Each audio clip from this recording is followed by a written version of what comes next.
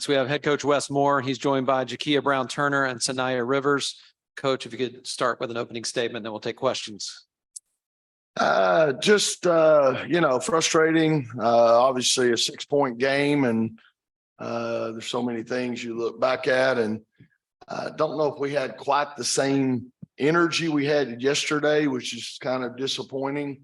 Yesterday we did such a great job on the boards and really were able to attack, get to the rim, score in the paint, and obviously give Notre Dame a lot of credit. They made it hard for us to do that, but I guess that's the biggest thing is in a game like this, you gotta bring it for 40 minutes and compete on every possession. And felt like at times we didn't have quite the urgency, but again, it's been a while since we've stood up here or sat up here after a loss. So it's disappointing, and fortunately we get one more opportunity, and hopefully we can do something with it.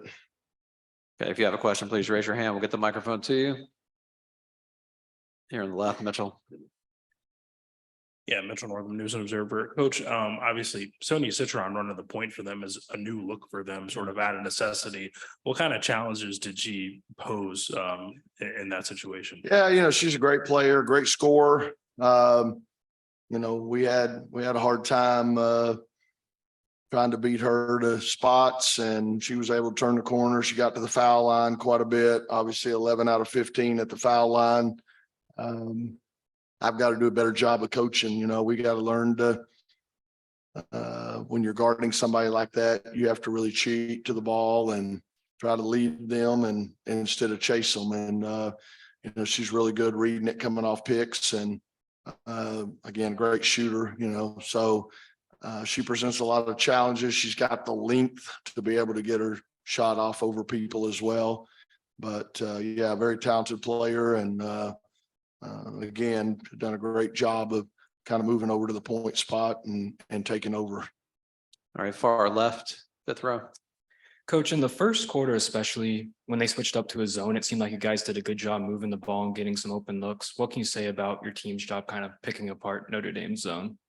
Well, I don't know if I'd say picking it apart, but we did a great job. We've seen a lot of zone lately. Our last 2 games, Pitt and Syracuse, played predominantly zone, so we've had a lot of looks at that.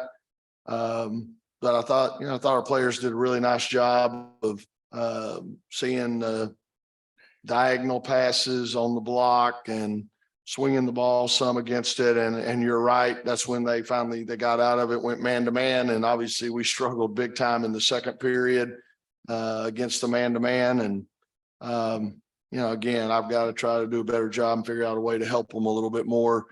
I thought we settled for jump shots a whole lot against the man-to-man instead of getting downhill and getting to the rim, getting to the foul line, making people help and rotate. So be something we definitely can look at and work on the next couple of weeks. Okay. Third row left.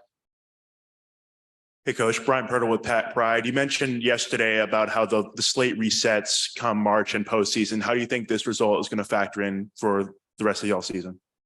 I'm sorry, one more time.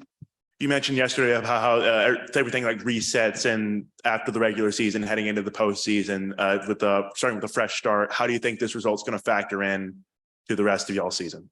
Yeah, again, I hope all of us, including myself, kind of look in the mirror, reflect a little bit, and figure out what can I do to get better. And, we obviously will try to watch the film and see we're running out of time, but we're not out of time. And so we hope that we can learn some things from this film and from this experience and go into the postseason with some confidence and some energy. And like I said, I can't explain it. I just thought yesterday we were the team that was excited and that were really came out with some energy. And it's a lot more fun when you have that. And I don't know why today we just seemed a little bit more subdued.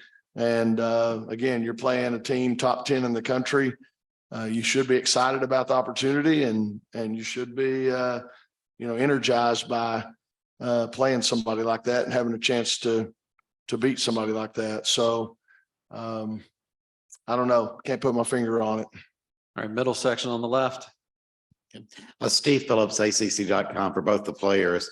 Going back to what Coach just said, is there a way you can kind of take and look back on that game yesterday, kind of take that same emotion and aim to carry that in the NCAAs?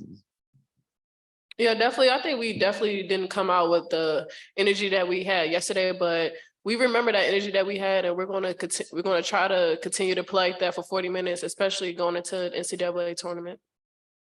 Yeah, to piggyback, I just think we have to keep it consistent. We brought the energy last night, just like they both mentioned, and that's what we're going to need to bring, because at that point it's win or lose and you go home. So. Okay, we have a question on Zoom. Let's go to Joshua Louder. Go ahead, Joshua, with your question. Joshua Louder, Television Network. My question is for both of the student athletes. Just how difficult of a game is it when a team is out rebounding you on the defensive end to eliminate any second chance points or any extra points that you may can get? It's just, when teams are good at rebounding, it's just hard getting offensive boards, but we got to do better. We got to try to go around our player, and we got to try to get those boards. And that's what we're going to try to work on for the next upcoming weeks.